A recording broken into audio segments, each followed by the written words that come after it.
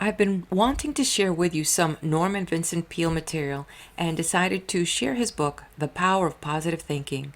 I realized that we could all benefit from a reminder that we do control our state of being by mastering our thinking.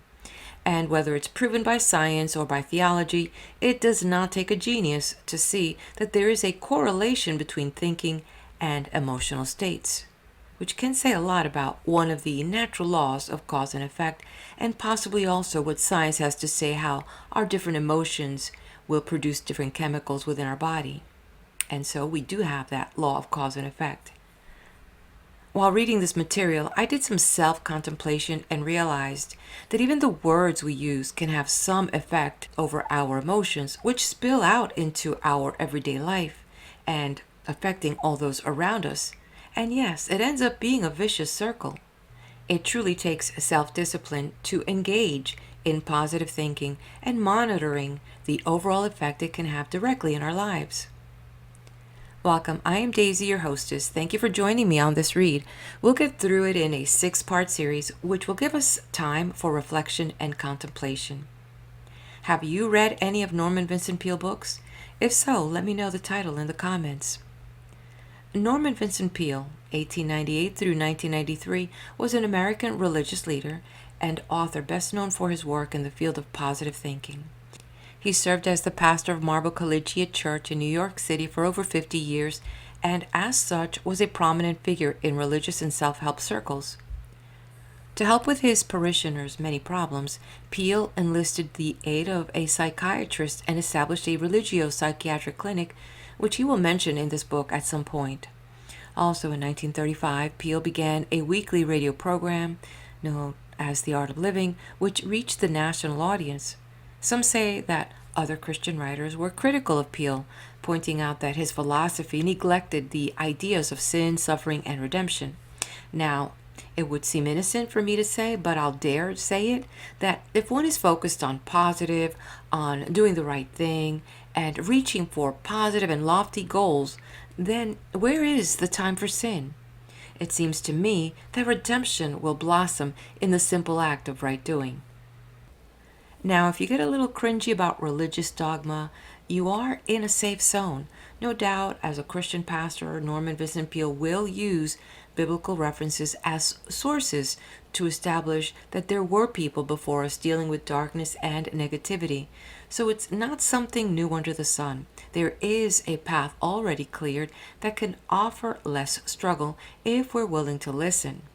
I've come to learn that we can learn life lessons by either self-struggle or we can learn from the struggles of others who were willing to write down or share their stories and their experiences and reveal secrets to success, whether it be of character building or general life lessons. And truly, the Bible is a treasure trove of stories that impart lessons and foundational wisdom. You don't have to convert to enjoy the wisdom, yet surely the treasures are within its pages for those with eyes to see and ears to hear. Anyways, in this video, we will move through the first couple chapters covering believing in yourself and how a peaceful mind generates power. Let's get to it. I now turn the page. The Power of Positive Thinking by Norman Vincent Peale. Introduction written by the author. What this book can do for you. This book is written to suggest techniques and to give examples which demonstrate that you do not need to be defeated by anything, that you can have peace of mind, improved health, and a never-ceasing flow of energy. In short, that your life can be full of joy and satisfaction. Of this I have no doubt at all, for I have watched countless persons learn and apply a system of simple procedures that has brought about the foregoing benefits in their lives. These assertions, which may appear extravagant, are based on bona fide demonstrations in actual human experience. Altogether, too many people are defeated by the everyday problems of life. They go struggling, perhaps even whining, through their days with a sense of dull resentment at what they consider the bad breaks life has given them. In a sense, there may be such a thing as the breaks in this life, but there's also a spirit and method by which we can control and even determine those breaks. It is a pity that people should let themselves be defeated by the problems, cares, and difficulties of human existence, and it is also quite unnecessary. In saying this, I certainly do not ignore or minimize the hardships and tragedies of the world, but neither do I allow them to dominate. You can permit obstacles to control your mind to the point where they are uppermost and thus become the dominating factors in your thought pattern. By learning how to cast them from the mind, by refusing to become mentally subservient to them, and by channeling spiritual power through your thoughts, you can rise above obstacles which ordinarily might defeat you. By methods I shall outline, obstacles are simply not permitted to destroy your happiness and well-being. You need be defeated only if you are willing to be. This book teaches you how to will, not to be. The purpose of this book is a very direct and simple one. It makes no pretense to literary excellence, nor does it seek to demonstrate any unusual scholarship on my part. This is simply a practical, direct action, personal improvement manual. It is written with the sole objective of helping the reader achieve a happy, satisfying, and worthwhile life. I thoroughly and enthusiastically believe in certain demonstrated and effective principles which, when practiced, produce a victorious life. My aim is to set them forth in this volume in a logical, simple, and understandable manner so that the reader, feeling a sense of need, may learn a practical method by which he can build for himself, with God's help, the kind of life he deeply desires. If you read this book thoughtfully, carefully absorbing its teachings, and if you will sincerely and persistently practice the principles and formulas set forth herein, you can experience an amazing improvement within yourself. By using the techniques outlined here, you can modify or change the circumstances in which you now live, assuming control over them rather than continuing to be directed by them. Your relations with other people will improve. You will become a popular, esteemed, and well-liked individual. By mastering these principles, you will enjoy a delightful new sense of well-being. You may attain a degree of health not hitherto known by you and experience a new and keen pleasure in living. You will become a person of greater usefulness and will wield an expanded influence. How can I be certain that the practice of these principles will produce such results? The answer is simply that for many years in the Marble Collegiate Church of New York City, we have taught a system of creative living based on spiritual techniques, carefully noting its operation in the lives of hundreds of people. It is no speculative series of extravagant assertions that I make, for these principles have worked so efficiently over so long a period of time that they are now firmly established as documented and demonstrable truth. The system outlined is a perfected and amazing method of successful living. In my writings, including several books, in my regular weekly newspaper column, in nearly 100 dailies, in my national radio program over 17 years, in our magazine guideposts, and in lectures in scores of cities, I have taught these same scientific yet simple principles of achievement, health, and happiness. Hundreds have read, listened, and practiced the results, and are invariably the same: new life, new power, increased efficiency, greater happiness. Because so many have requested that these principles be put into book form, the better to be studied and practiced, I am publishing this new volume under the title, The Power of Positive Thinking. I need not point out that the powerful principles contained herein are not my invention, but are given to us by the greatest teacher who ever lived and who still lives. This book teaches applied Christianity, a simple yet scientific system of practical techniques of successful living that works. End of introduction. Chapter 1. Believe in yourself. Believe in yourself. Have faith in your abilities. Without a humble but reasonable confidence in your own powers, you cannot be successful or happy. But with sound self-confidence, you can succeed. A sense of inferiority and inadequacy interferes with the attainment of your hopes, but self-confidence leads to self-realization and successful achievement. Because of the importance of this mental attitude, this book will help you believe in yourself and release your inner powers. It is appalling to realize the number of pathetic people who are hampered and made miserable by the malady popularly called the inferiority complex. But you need not suffer from this trouble.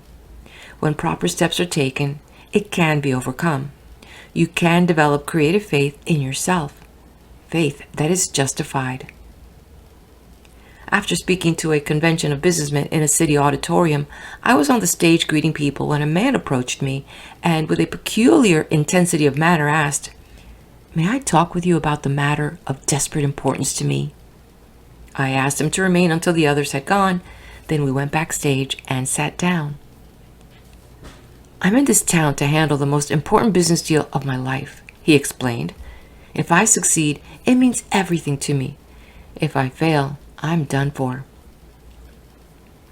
I suggested that he relax a little, that nothing was quite that final. If he succeeded, that was fine. If he didn't, well, tomorrow was another day. "I have a terrible disbelief in myself," he said dejectedly. "I have no confidence. I just don't believe I can put it over. I am very discouraged and depressed. In fact," he lamented, "I'm just about sunk. Here I am, 40 years old. Why is it that all my life I have been tormented by inferiority feelings, by lack of confidence, by self-doubt?" "I listened to your speech tonight in which you talked about the power of positive thinking, and I want to ask how I can get some faith in myself." "There are 2 steps to take," I replied. "First, it is important to discover why you have these feelings of no power. That requires analysis and will take time. We must approach the maladies of our emotional life as a physician probes to find something wrong physically. This cannot be done immediately, certainly not in our brief interview tonight, and it may require treatment to reach a permanent solution, but to pull you through this immediate problem, I shall give you a formula which will work if you use it. As you walk down the street tonight, I suggest that you repeat certain words which I shall give you. Say them over several times after you get into bed. When you awaken tomorrow, repeat them 3 times before arising. On the way to your important appointment, say them 3 additional times. Do this with an attitude of faith, and you will receive sufficient strength and ability to deal with this problem. Later, if you wish, we can go into an analysis of your basic problem, but whatever we come up with following that study, the formula which I am now going to give you can be a large factor in the eventual cure. Following is the affirmation which I gave him. "I can do all things through Christ which strengthen me." From the book of Philippians, chapter 4, verse 13. He was unfamiliar with these words, so I wrote them on a card and had him read them over 3 times aloud. "Now, follow that prescription, and I'm sure things will come out all right." He pulled himself up, stood quietly for a moment, then said with considerable feeling, "Okay, doctor, okay." I watched him square his shoulders and walk out into the night. He seemed a pathetic figure, and yet the way he carried himself as he disappeared showed that faith was already at work in his mind. Subsequently, he reported that this simple formula did wonders for him and added, "It seems incredible that a few words from the Bible could do so much for a person." This man later had a study made of the reasons for his inferiority attitudes. They were cleared away by scientific counseling and by the application of religious faith. He was taught how to have faith, was given certain specific instructions to follow. These are given later in this chapter. Gradually, he attained a strong, steady, reasonable confidence. He never ceases to express amazement at the way in which things now flow toward rather than away from him. His personality has taken on a positive, not negative, character, so that he no longer repels success, but on the contrary, draws it to him. He now has an authentic confidence in his own powers. There are various causes of inferiority feelings, and not a few stem from childhood. An executive consulted me about a young man whom he wished to advance in his company. But, he explained, he cannot be trusted with important secret information, and I'm sorry, for otherwise I would make him my administrative assistant. He has all the other necessary qualifications, but he talks too much, and without meaning to do so, divulges matters of a private and important nature. Upon analysis, I found that he talked too much simply because of inferiority feeling. To compensate for it, he succumbed to the temptation of parading his knowledge. He associated with men who were rather well-to-do, all of whom attended college and belonged to a fraternity. But this boy was reared in poverty, had not been a college man or fraternity member. Thus, he felt himself inferior to his associates in education and social background. To build himself up with his associates and to enhance his self-esteem, his subconscious mind, which always seeks to provide a compensatory mechanism, supplied him with a means for raising his ego. He was on the inside in the industry and accompanied his superior to conferences where he met outstanding men and listened to important private conversations. He reported just enough of his inside information to cause his associates to regard him with admiration and envy. This served to elevate his self-esteem and satisfy his desire for recognition. When the employer became aware of the cause of this personality trait, being a kindly and understanding man, he pointed out to the young man that the opportunities in business to which his abilities could lead him. He also described how his inferiority feelings caused his unreliability in confidential matters. This self-knowledge, together with a sincere practicing of the techniques of faith and prayer, made him a valuable asset to his company. His real powers were released. I can perhaps illustrate the manner in which many youngsters acquire an inferiority complex through the use of a personal reference. As a small boy, I was painfully thin. I had lots of energy, was on a track team, was healthy and hard as nails, but thin. And that bothered me because I didn't want to be thin. I wanted to be fat. I was called skinny, but I didn't want to be called skinny. I wanted to be called fat. I longed to be hard-boiled and tough and fat. I did everything to get fat. I drank cod liver oil, consumed vast numbers of milkshakes, ate thousands of chocolate sundaes with whipped cream and nuts, cakes and pies innumerable. But they did not affect me in the slightest. I stayed thin and lay awake nights thinking and agonizing about it. I kept on trying to get heavy until I was about 30, when all of a sudden, did I get heavy? I bulged at the seams. Then I became self-conscious because I was so fat, and finally had to take off 40 pounds with equal agony to get myself down to a respectable size. In the second place, to conclude this personal analysis, which I give only because it may help others by showing how this malady works, I was a minister's son and was constantly reminded of that fact.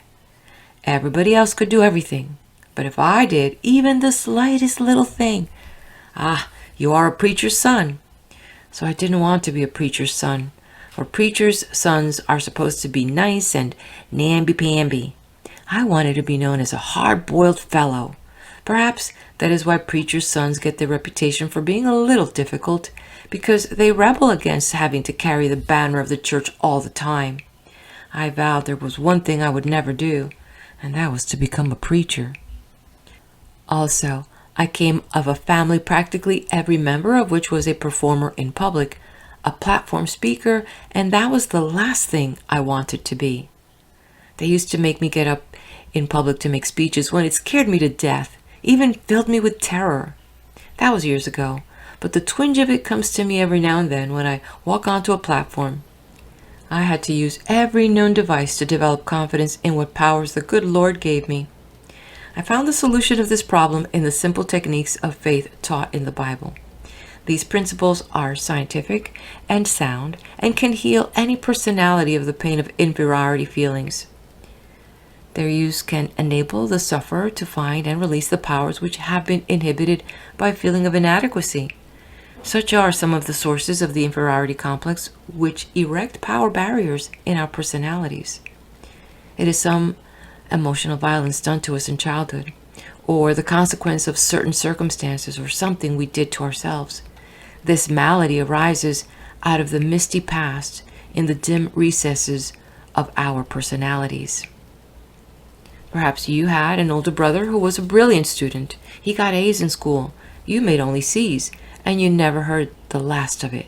So you believed that you could never succeed in life as he could. He got A's and you got C's, so you reasoned that you were consigned to getting C's all your life. Apparently, you never realized that some of those who failed to get high grades in school have been the greatest successes outside of school. Just because somebody gets an A in college doesn't make him the greatest man in the United States, because maybe his A's will stop when he gets his diploma, and the fellow who got C's in school will go on later to get the real A's in life. The greatest secret for eliminating the inferiority complex, which is another term for deep and profound self-doubt, is to fill your mind to overflowing with faith. Develop a tremendous faith in God, and that will give you a humble yet soundly realistic faith in yourself. The acquiring of dynamic faith is accomplished by prayer, lots of prayer, by reading and mentally absorbing the Bible, and by practicing its faith techniques.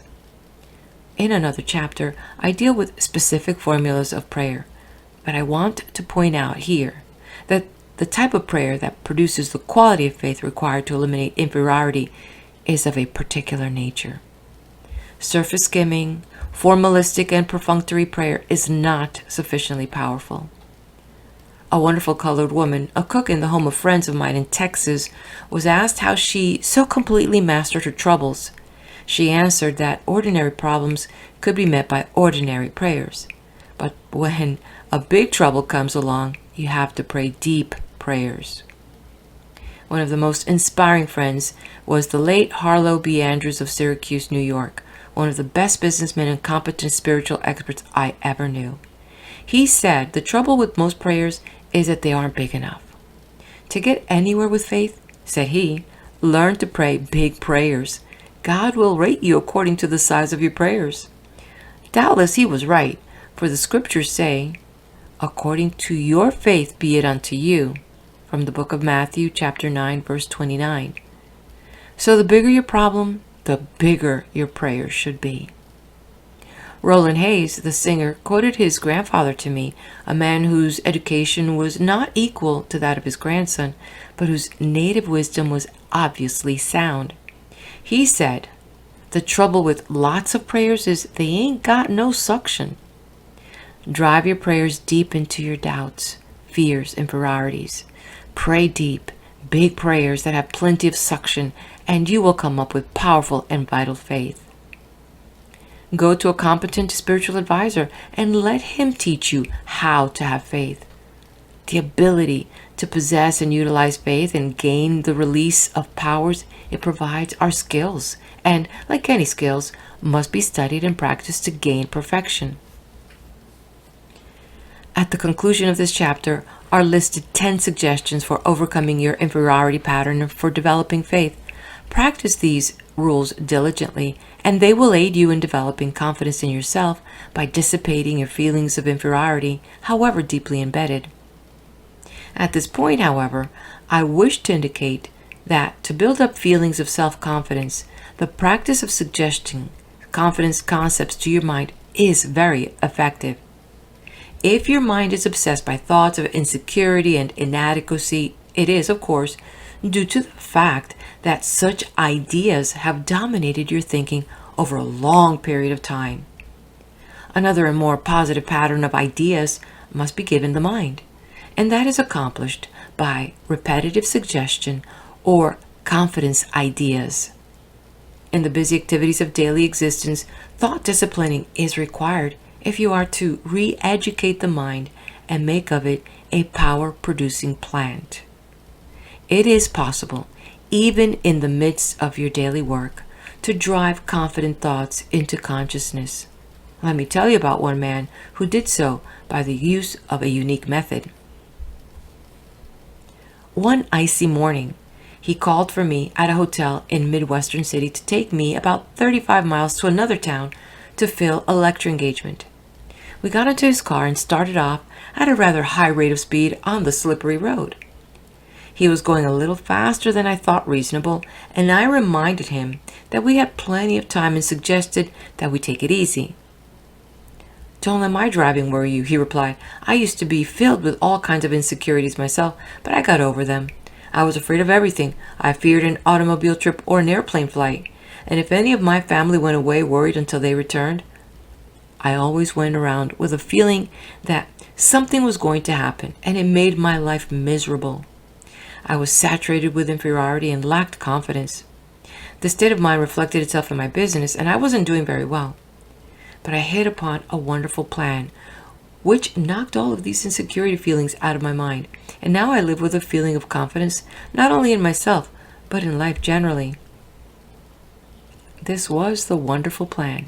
He pointed to 2 clips fastened on the instrument panel of the car, just below the windshield, and reaching into the glove compartment, took out a pack of small cards.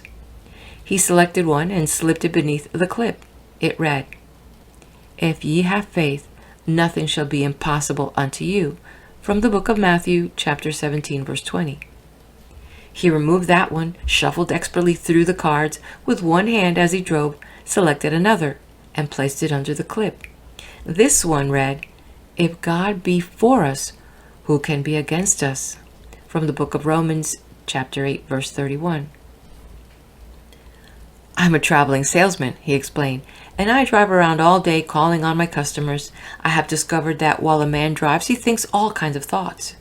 If his pattern of thought is negative, he will think many negative thoughts during the day, and that, of course, is bad for him. But that is the way I used to be. I used to drive around all day between calls, drinking fear and defeat thoughts. And incidentally, that is one reason my sales were down. But since I have been using these cards as I drive and committing the words to memory, I have learned to think differently. The old insecurities that used to haunt me are just about all gone, and instead of drinking fear thoughts of defeat and ineffectiveness, I think of thoughts of faith and courage. It is really wonderful the way this method has changed me. It has helped in my business too. For how can one expect to make a sale if he drives up to a customer's place of business thinking he is not going to make a sale? This plan used by my friend is a very wise one. By filling his mind with affirmations of the presence, support, and help out of God, he had actually changed his thought processes. He put an end to the domination of his long-held sense of insecurity. His potential powers were set free. We build up the feeling of insecurity or security by how we think. If in our thoughts we constantly fix attention upon sinister expectations of dire events that might happen, the result will be constantly to feel insecure. And what is even more serious is the tendency to create, by the power of thought, the very condition we fear. This salesman actually created positive results by vital thoughts of courage and confidence through the process of placing the cards before him in his car.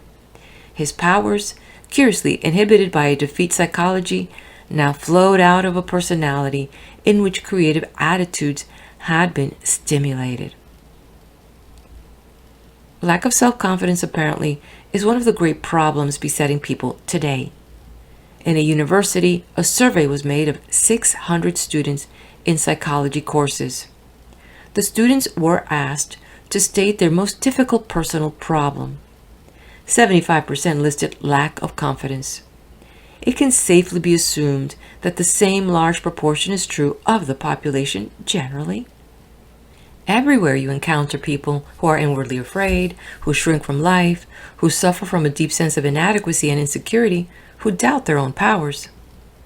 Deep within themselves, they mistrust their ability to meet responsibilities or to grasp opportunities. Always they are beset by the vague and sinister fear that something is not going to be quite right. They do not believe that they have it in them to be what they want to be, and so they try to make themselves content with something less than that of which they are capable. Thousands upon thousands go crawling through life on their hands and knees, defeated and afraid. And in most cases, such frustration of power is unnecessary. The blows of life, the accumulation of difficulties, the multiplication of problems tend to sap energy and leave you spent and discouraged. In such a condition, the true status of your power is often obscured, and a person yields to a discouragement that is not justified by the facts. It is vitally essential to reappraise your personality assets. When done in an attitude of reasonableness, this evaluation will convince you that you are less defeated than you think you are. For example, a man 52 years of age consulted me. He was in great despondency. He revealed utter despair. He said he was all through. He informed me that everything he had built up over his lifetime had been swept away. Everything? I asked. Everything, he repeated. He was through, he reiterated. I have nothing left at all. Everything is gone. There's no hope. I am too old to start all over again. I have lost all faith. Naturally, I felt sympathetic toward him, but it was evident that his chief trouble was the fact that dark shadows of hopelessness had entered his mind and discolored his outlook, distorting it. Behind this twisted thinking, his true powers had retreated, leaving him without force. So, I said, suppose we take a piece of paper and write down the values you have left. There's no use, he sighed. I haven't a single thing left. I thought I told you that. I said, let's just see anyway. Then asked, is your wife still with you? Why, yes, of course, and she's wonderful. We have been married for 30 years. She would never leave me no matter how bad things are. All right, let us put that down. Your wife is still with you, and she will never leave you no matter what happens. How about your children? Got any children? Yes, he replied. I have 3, and they're certainly wonderful. I have been touched by the way they have come to me and said, Dad, we love you, and will stand by you. Well then, I said, that is number 2. 3 children who love you and who will stand by you. Got any friends? I asked. Yes, he said. I really have some fine friends. I must admit, they have been pretty decent. They have come around and said they would like to help me, but what can they do? They can't do anything. That is number 3. You have some friends who would like to help you and who hold you in esteem. How about your integrity? Have you done anything wrong? My integrity's all right, he replied. I have always tried to do the right thing and my conscience is clear. All right, I said. We will put that down as number 4, integrity. How about your health? My health is all right, he answered. I've had very few sick days, and I guess I'm pretty good shape physically. So let's put that down as number 5, good physical health. How about the United States? Do you think it's still doing business and is the land of opportunity? Yes, he said. It's the only country in the world I would want to live in. That is number 6. You live in the United States, land of opportunity, and you are glad to be here. Then I asked, how about your religious faith? Do you believe in God and that God will help you? Yes, he said. I do not think I could have gotten through this at all if I hadn't had some help from God. Now, I said, let's list the assets we have figured out. 1, a wonderful wife married for 30 years. 2, 3 devoted children who will stand by you. 3 friends who will help you and who hold you in esteem. 4 integrity, nothing to be ashamed of. 5 good physical health. 6 live in the United States, the greatest country in the world. 7 have religious faith. I shoved it across the table at him. Take a look at that. I guess you have quite a total of assets. I thought you told me everything had been swept away. He grinned ashamedly. I guess I didn't think of those things. I never thought of it that way. Perhaps things aren't so bad at all, he said pensively. Maybe I can start all over again if I can just get some confidence, if I can get the feel of some power within me. Well, he got it, and he did start all over again, but he did so only when he changed his viewpoint, his mental attitude.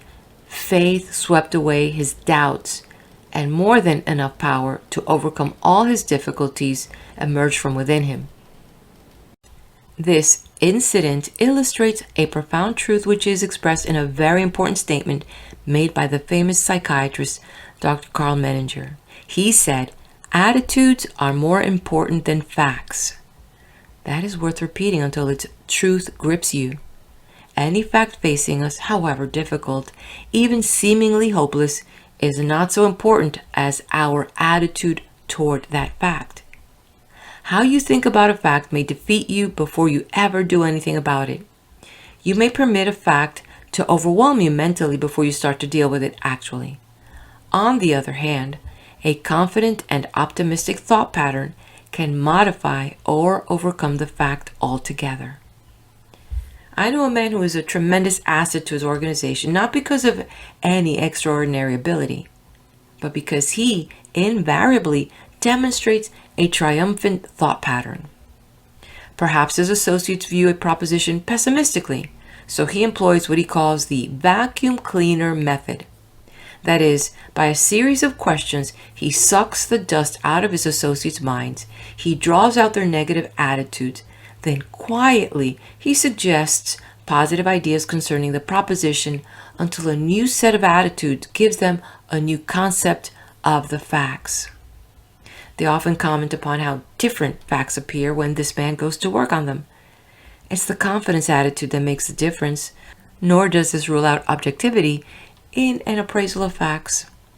The inferiority complex victim sees all facts through discolored attitudes.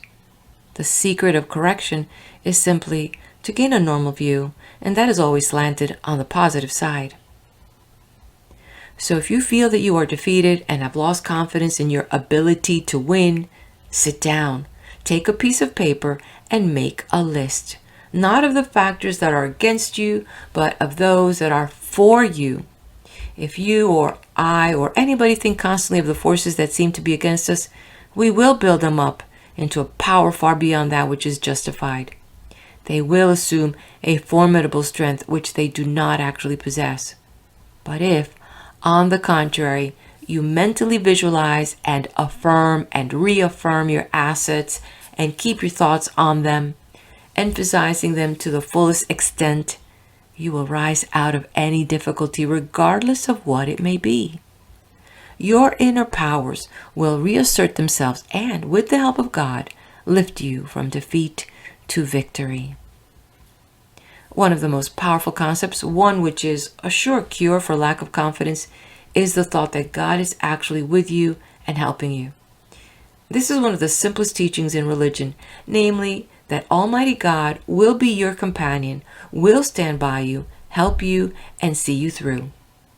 No other idea is so powerful in developing self-confidence as this simple belief when practiced. To practice it, simply affirm, God is with me, God is helping me, God is guiding me. Spend several minutes each day visualizing His presence. Then practice believing that affirmation. Go about your business on the assumption that what you have affirmed and visualized is true. Affirm it, visualize it, believe it, and it will actualize itself. The release of power which this procedure stimulates will astonish you. Feelings of confidence depend upon the type of thoughts that habitually occupy your mind. Think defeat, and you are bound to feel defeated. But practice thinking confident thoughts, make it a dominating habit, and you will develop such a strong sense of capacity that regardless of what difficulties arise, you will be able to overcome them. Feelings of confidence actually induce increased strength. Basil King once said, "Be bold, and mighty forces will come to your aid." Experience proves the truth of this. You will feel these mighty forces aiding you as your increasing faith reconditions your attitudes. Emerson declared a tremendous truth. They conquer who believe they can. And he added, do the thing you fear and the death of fear is certain. Practice confidence and faith, and your fears and insecurities will soon have no power over you. Once when Stonewall Jackson planned a daring attack, one of his generals fearfully objected, saying, I am afraid of this, or I fear that. Putting his hand on his timorous subordinate's shoulder, Jackson said, General, never take counsel of your fears. The secret is to fill your mind with thoughts of faith, confidence, and security. This will force out or expel all thoughts of doubt, all lack of confidence. To one man who for a long time had been haunted by insecurities and fears, I suggested that he read through the Bible, underlining in red pencil every statement it contains relative to courage and confidence. He also committed them to memory, in effect cramming his mind full of the healthiest, happiest, most powerful thoughts in the world. These dynamic thoughts changed him from cringing hopelessness to a man of compelling force. The change in him in a few weeks was remarkable. From almost complete defeat, he became a confident and inspiring personality. He now radiates courage and magnetism. He regained confidence in himself and his own powers by a simple process of thought conditioning. To sum up, what can you do now to build up your self-confidence? Following are 10 simple workable rules for overcoming inadequacy attitudes and learning to practice faith. Thousands have used these rules, reporting successful results. Undertake this program and you too will build up confidence in your powers. You too will have a new feeling of power. 1. Formulate and stamp indelibly on your mind a mental picture of yourself as succeeding. Hold this picture tenaciously, never permit it to fade. Your mind will seek to develop this picture. Never think of yourself as failing. Never doubt the reality of the mental image. That is most dangerous, for the mind always tries to complete what it pictures. So always picture success, no matter how badly things seem to be going at the moment. 2. Whenever a negative thought concerning your personal powers comes to mind, deliberately voice a positive thought to cancel it out. 3. Do not build up obstacles in your imagination. Depreciate every so-called obstacle. Minimize them. Difficulties must be studied and efficiently dealt with to be eliminated, but they must be seen for only what they are. They must not be inflated by fear thoughts. 4. Do not be awestruck by other people and try to copy them. Nobody can be you as efficiently as you can.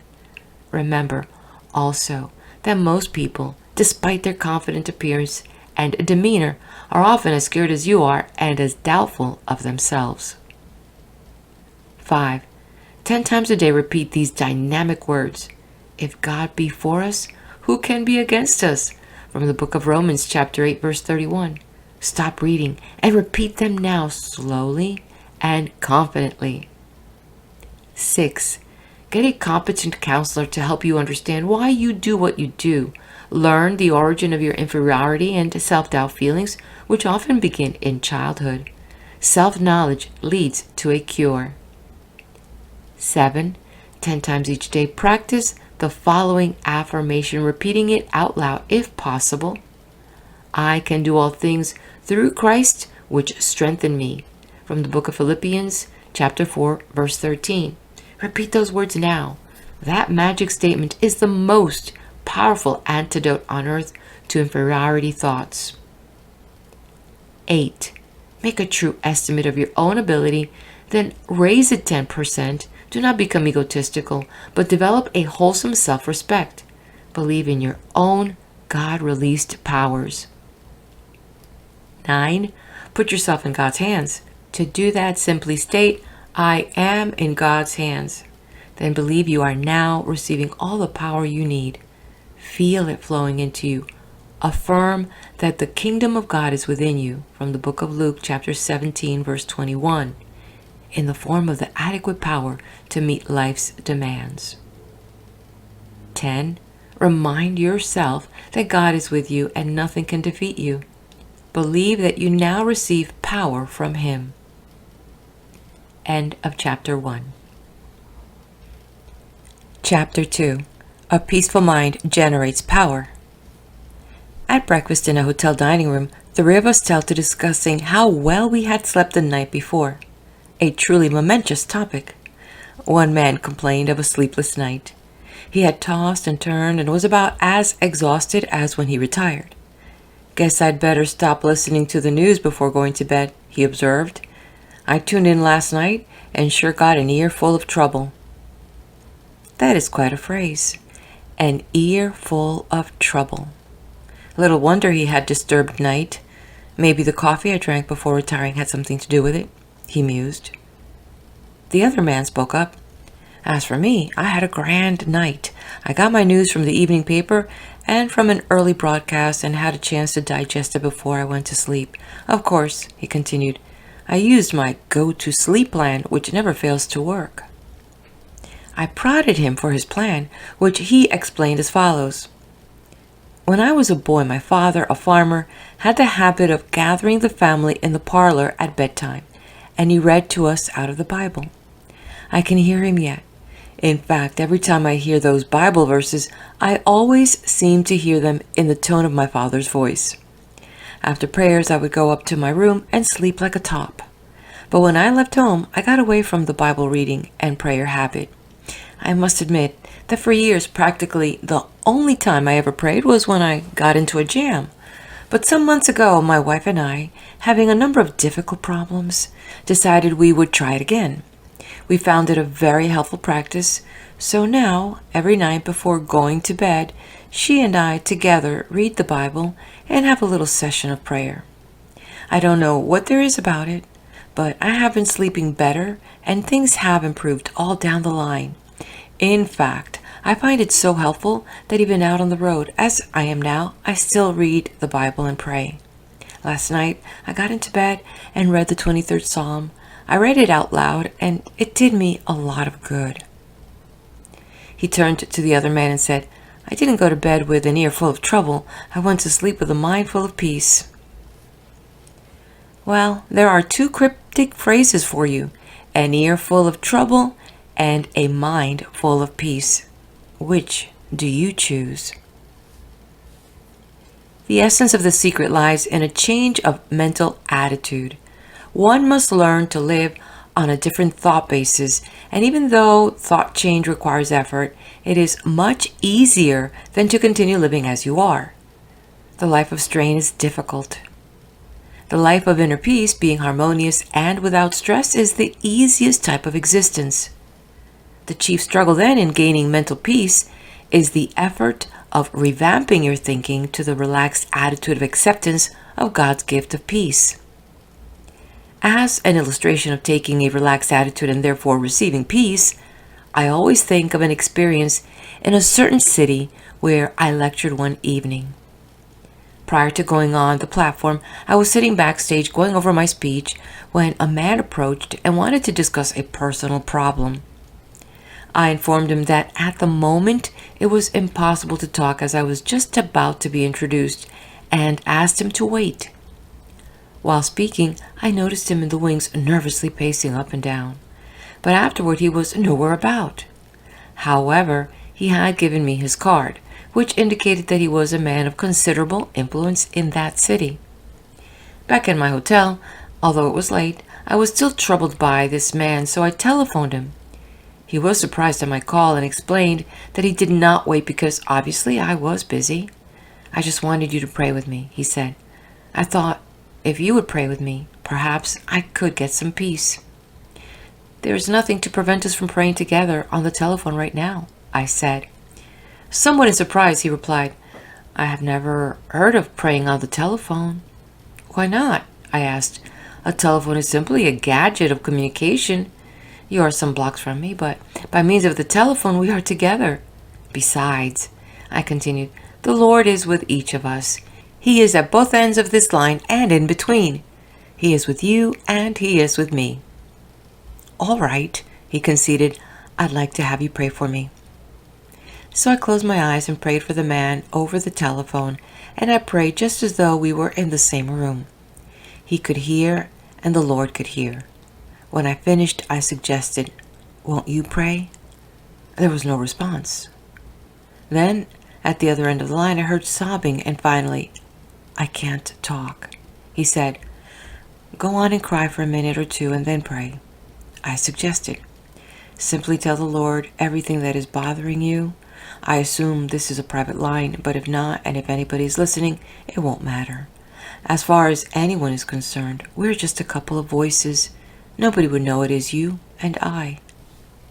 Thus encouraged, he started to pray, hesitantly at first, and then with great impetuosity he poured out his heart, and it was filled with hate, frustration, failure, a mass of it. Finally, he prayed plaintively, "Dear Jesus, I have a lot of nerve to ask you to do anything for me because I never did anything for you. I guess you know what a no account I am. Even though I put on a big front, I am sick of all this, dear Jesus. Please help me." So I prayed again and asked the Lord to answer his prayer, then said, "Lord, at the other end of the telephone wire, place your hand on my friend and give him peace. Help him now to yield himself and accept your gift of peace." Then I stopped, and there was a rather long pause, and I shall never forget the tone in his voice as I heard him say, "I shall always remember this experience, and I want you to know that for the first time in months, I feel clean inside and happy and peaceful." This man employed a simple technique for having a peaceful mind. He emptied his mind, and he received peace as a gift from God. As a physician said, many of my patients have nothing wrong with them except their thoughts.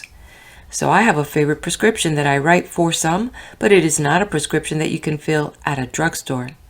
The prescription I write is a verse from the Bible, Romans chapter 12, verse 2.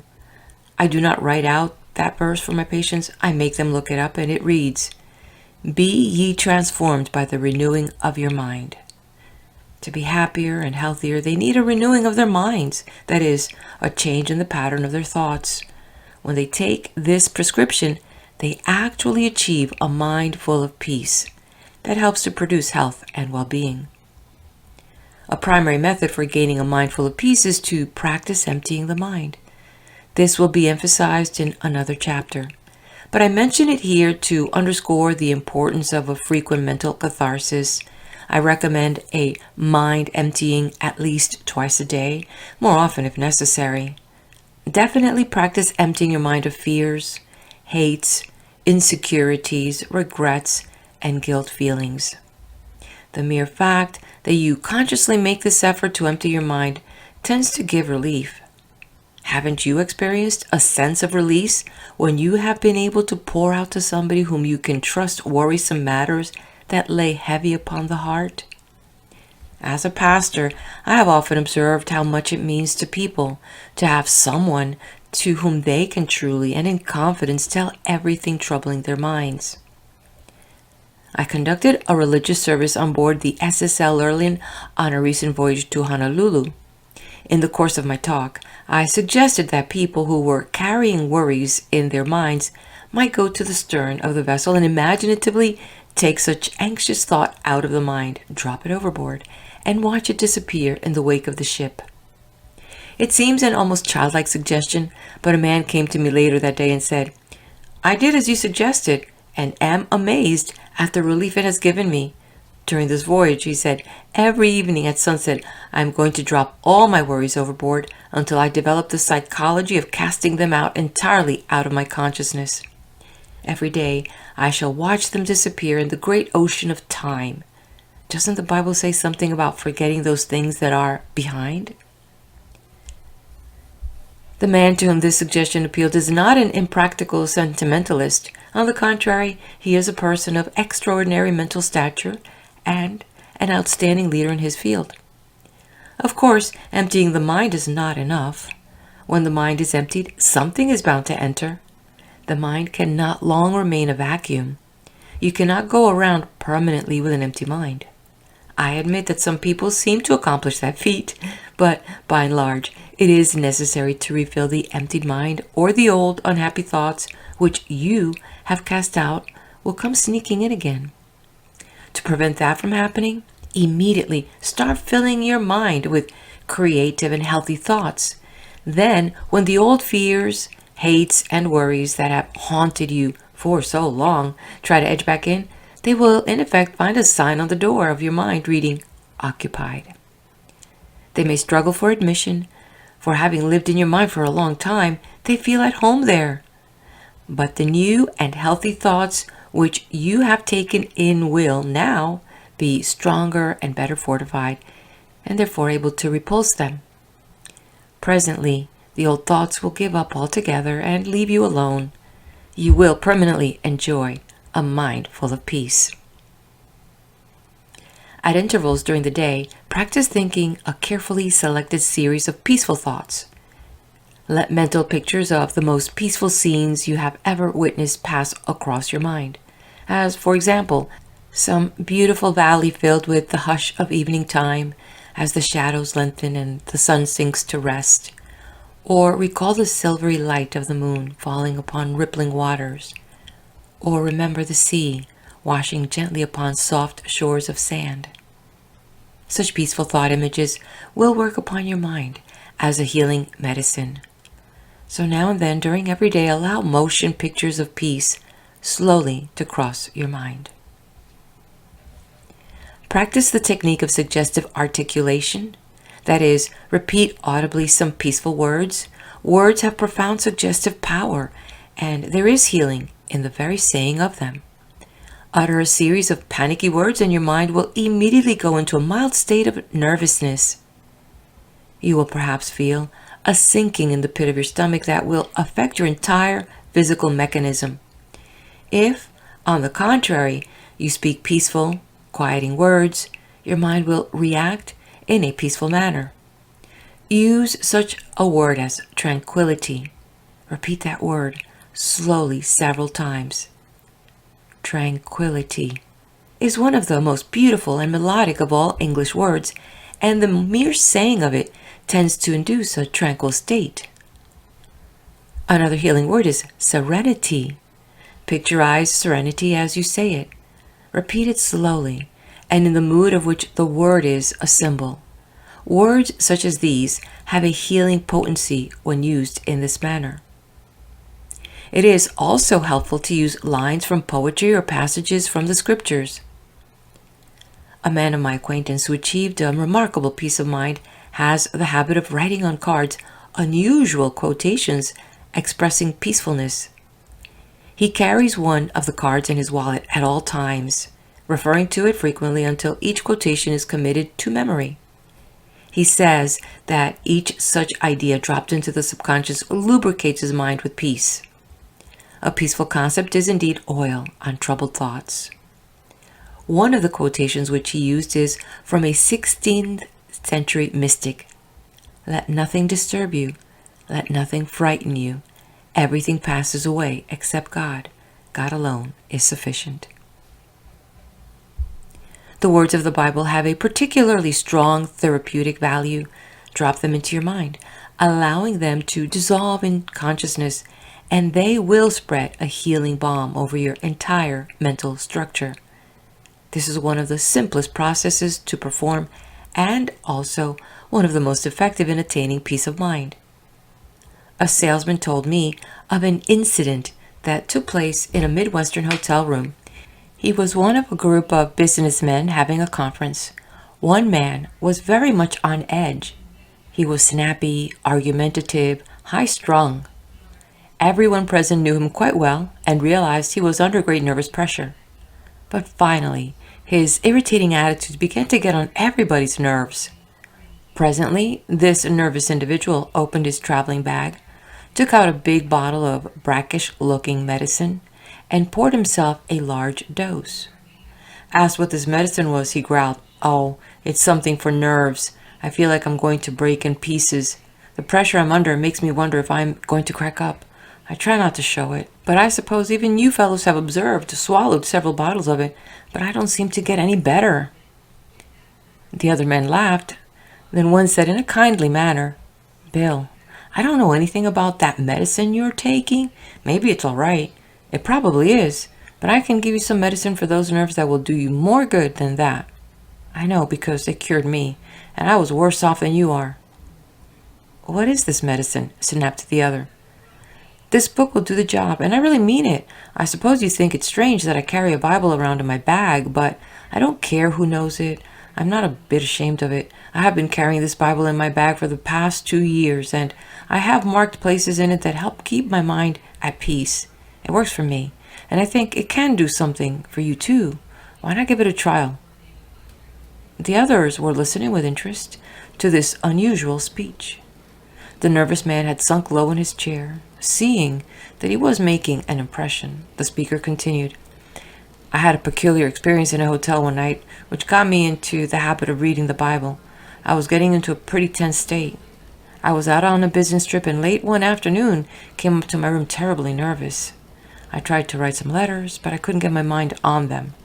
I paced up and down the room, tried to read the paper, but that annoyed me, so I decided to go down and get a drink. Anything to get away from myself. While standing by the dresser, my eye happened to fall upon a Bible lying there. I had seen many such Bibles in hotel rooms, but had never read any of them. However, something impelled me, and I opened the book to one of the Psalms and started to read it. I remember that I read that one standing up, then sat down and read another. I was interested but certainly surprised at myself. Me, reading the Bible. It was a laugh, but I kept on reading. Soon I came to the 23rd Psalm. I had learned that one as a boy in Sunday school and was surprised that I still knew most of it by heart. I tried saying it over, especially that line where it says, "He leadeth me beside the still waters. He restored my soul." I liked that line. It sort of got me. I sat there repeating it over and over, and the next thing I knew, I woke up. Apparently, I had dropped off to sleep and slept soundly. I slept only about 15 minutes, but upon awakening, was refreshed and rested as if I had a good night's sleep. I can remember yet the wonderful feeling of complete refreshment. Then I realized that I felt peaceful and said to myself, "Isn't it strange? What is wrong with me that I have missed something as wonderful as this?" So after that experience, he said, I bought a Bible, a little one I could put in my bag, and I've been carrying it ever since. I honestly like to read it, and I'm not nearly so nervous as I used to be. So, he added, "Try that, Bill, and see if it doesn't work." Bill did try it, and he kept on trying it. He reported that it was a bit strange and difficult for him at first, and he read the Bible on the sly when nobody was around. He didn't want to be thought holy or pious. But now he says he brings it out on trains and planes or any old place and reads it, and it does him a world of good. "I no longer need to take nerve medicine," he declared. This scheme must have worked in Bill's case, for he is easy to get along with now. His emotions are under control. These two men found that getting peace of mind isn't complicated. You merely feed your mind with thoughts that cause it to be peaceful. To have a mind full of peace, merely fill it full of peace. It's as simple as that. There are other practical ways by which you can develop serenity and quiet attitudes. One way is through your conversation. Depending upon the words we use and the tone in which we use them, we can talk ourselves into being nervous, high-strung, and upset. We can talk ourselves into either negative or positive results. By our speech, we can also achieve quiet reactions. Talk peaceful to be peaceful. In a group, when the conversation takes a trend that is upsetting, try injecting peaceful ideas into the talk. Note how it counteracts the nervous tensions. Conversation filled with expressions of unhappy expectation at breakfast, for example, often sets the tone of the day. Little wonder things turn out according to the unhappy specifications. Negative conversation adversely affects circumstances. Certainly, talk of a tense and nervous nature enhances inner agitation. On the contrary, start each day by affirming peaceful, contented, and happy attitudes, and your days will tend to be pleasant and successful. Such attitudes are active and definite factors in creating satisfactory conditions. Watch your manner of speech then if you wish to develop a peaceful state of mind. It is important to eliminate from conversations all negative ideas, for they tend to produce tension and annoyance inwardly. For example, when you are with a group of people at luncheon, do not comment that the communists will soon take over the country. In the first place, communists are not going to take over the country, and by so asserting you create a depression reaction in the minds of others. It undoubtedly affects digestion adversely. The depressing remark colors the attitude of all present, and everyone goes away with a perhaps slight but definite feeling of annoyance. They also carry away with them a mild but definite feeling that something is wrong with everything. There are times when we must face these harsh questions and deal with them objectively and vigorously, and no one has more contempt for communism than I have, but as a general thing to have peace of mind, fill your personal and group conversations with positive, happy, and optimistic, satisfying expressions. The words we speak have a direct and definite effect upon our thoughts. Thoughts create words, for words are the vehicles of ideas. But words also affect thoughts and help to condition, if not to create attitudes. In fact, what often passes for thinking starts with talk. Therefore, if the average conversation is scrutinized and disciplined to be sure that it contains peaceful expressions, the result will be peaceful ideas and ultimately, therefore, a peaceful mind. Another effective technique in developing a peaceful mind is the daily practice of silence. Everyone should insist upon not less than a quarter of an hour of absolute quiet every 24 hours. Go alone into the quietest place available to you and sit or lie down for 15 minutes and practice the art of silence. Do not talk to anyone. Do not write. Do not read. Think as little as possible. Throw your mind into neutral. Conceive of your mind as quiescent, inactive. This will not be easy at first because thoughts are stirring up your mind, but practice will increase your efficiency. Conceive of your mind as the surface of a body of water and see how nearly quiet you can make it so that there is not even a ripple. When you have attained a quiescent state, then begin to listen for the deeper sounds of harmony and beauty and of God that are to be found in the essence of silence. Americans, unfortunately, are not skilled in this practice, which is a pity, for as Thomas Carlyle said, silence is the element in which great things fashion themselves. This generation of Americans has missed something that our forefathers knew and which helped to condition their character, and that is the silence of the great forest or the far-reaching plains. Perhaps our lack of inner peace is due to some extent to the effect of noise upon the nervous system of modern people. Scientific experiments show that noise is the place where we work, live, or sleep reduces efficiency to a noticeable degree. Contrary to popular belief, it is doubtful if we ever completely adjust our physical, mental, or nervous mechanism to noise. No matter how familiar a repeated sound becomes, it never passes unheard by the subconscious. Automobile horns, the roar of airplanes, and other strident noises actually result in physical activity during sleep. Impulses transmitted to and through the nerves by these sounds cause muscular movements which detract from real rest. If the reaction is sufficiently severe, it partakes of the nature of the shock. On the contrary, silence is a healing, soothing, healthy practice. Star Daily says, "No man or woman of my acquaintance who knows how to practice silence and does it has ever been sick to my knowledge. I have noticed that my own afflictions come upon me when I do not balance expression with relaxation." Star Daily closely associates silence with spiritual healing. The sense of rest that results from a practice of complete silence is a therapy of utmost value. In the circumstances of modern life, with its acceleration of pace, the practice of silence is admittedly not so simple as it was in the days of our forefathers. A vast number of noise-producing gadgets exist that they did not know, and our daily program is more hectic. Space has been annihilated in the modern world, and apparently we are also attempting to annihilate the factor of time. It is only rarely possible for an individual to walk in deep woods, or sit by the sea, or meditate on a mountaintop, or on the deck of a vessel in the midst of the ocean.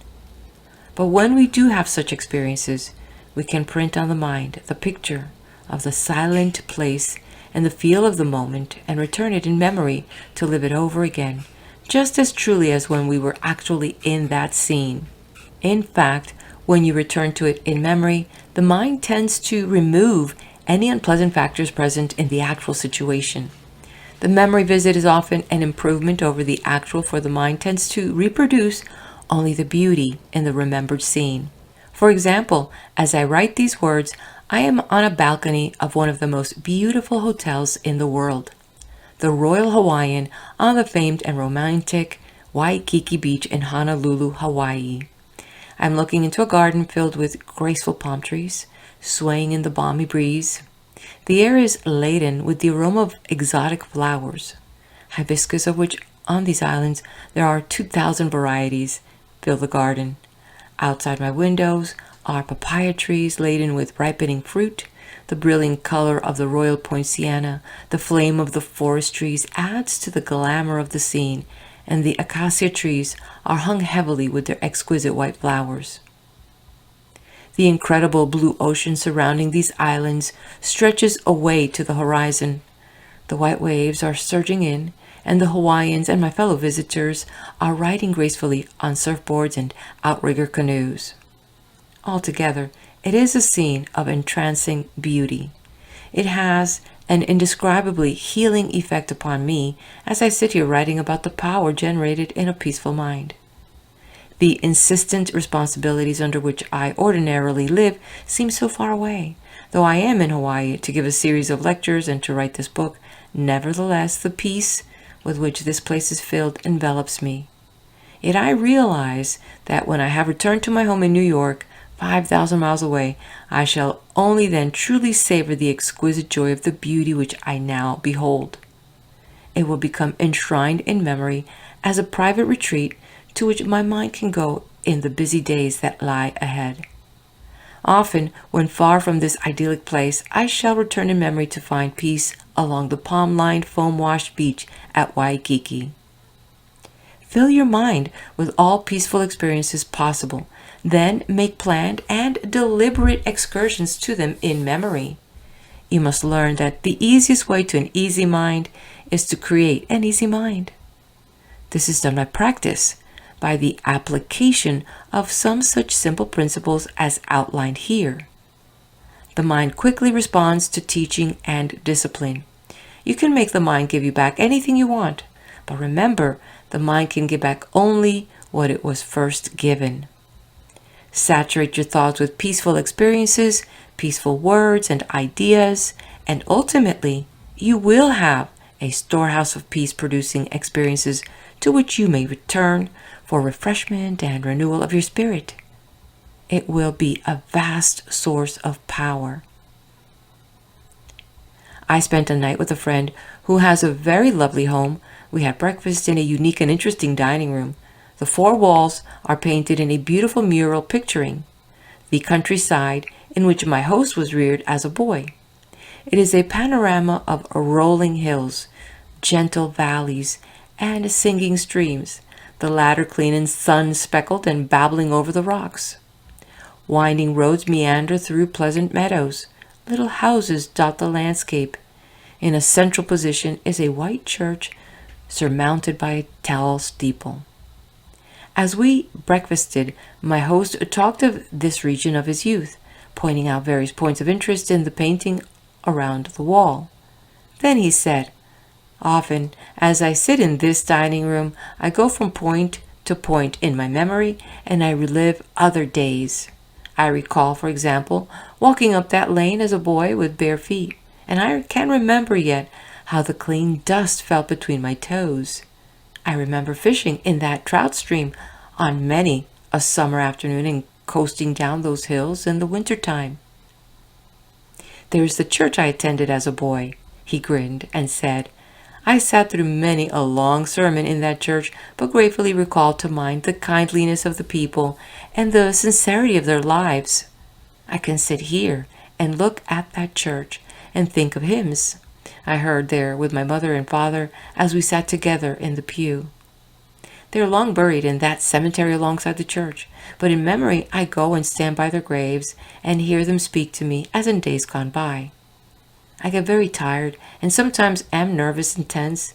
It helps to sit here and go back to the days when I had an untroubled mind, when life was new and fresh.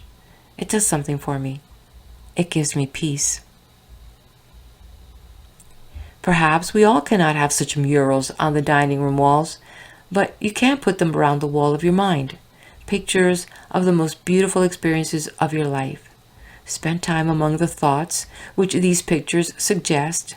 No matter how busy you may be or what responsibilities you carry, this simple, rather unique practice, having proved successful in many instances, may have a beneficial effect upon you.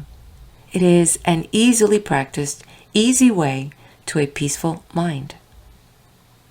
There is a factor in the matter of inner peace which must be stated because of its importance. Frequently, I find that people who are lacking in inner peace are victims of a self-punishment mechanism. At some time in their experience, they have committed a sin, and the sense of guilt haunts them. They have sincerely sought divine forgiveness, and the good Lord will always forgive anyone who seeks Him and who means it. However, there is a curious quirk within the human mind whereby sometimes an individual will not forgive himself. He feels that he deserves punishment and therefore is constantly anticipating that punishment. As a result, he lives in a constant apprehension that something is going to happen. In order to find peace under these circumstances, he must increase the intensity of his activity. He feels that hard work will give him some release from his sense of guilt. A physician told me that, in his practice, a number of cases of nervous breakdown were traceable to a sense of guilt for which the patient had unconsciously attempted to compensate by hectic overwork. The patient attributed his breakdown not to the sense of guilt, but to his overworked condition. But, said the physician, these men need not have broken down from overwork if first the sense of guilt had been fully released. Peace of mind under such circumstances is available by yielding the guilt as well as the tension it produces to the healing therapy of Christ. At a resort hotel where I had gone for a few days of quiet writing, I encountered a man from New York whom I knew slightly. He was a high-pressured, hard-driving, and exceedingly nervous business executive.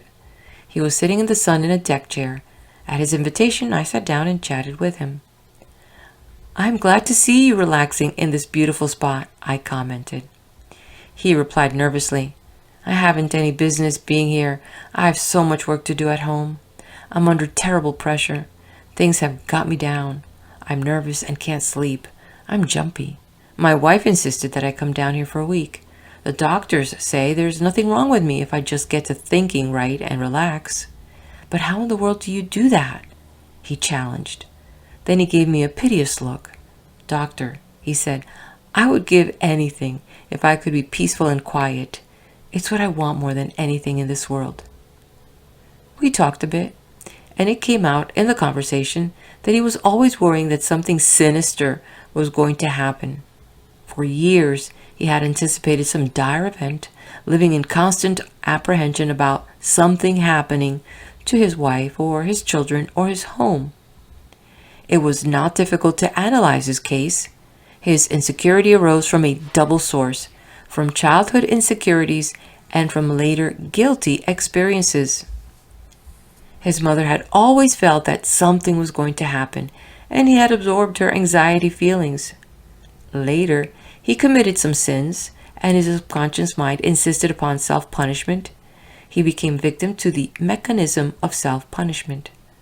As a result of this unhappy combination, I found him this day in a highly inflamed state of nervous reaction. Finishing our conversation, I stood beside his chair a moment. There was no one near, so I rather hesitantly suggested, "Would you by any chance like me to pray with you?" He nodded, and I put my hand on his shoulder and prayed. "Dear Jesus, as you healed people in the long ago and gave them peace, heal this man now. Give him fully of thy forgiveness.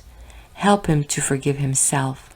Separate him from all his sins, and let him know that you do not hold them against him. Set him free from them. Then let thy peace flow into his mind, and into his soul, and into his body."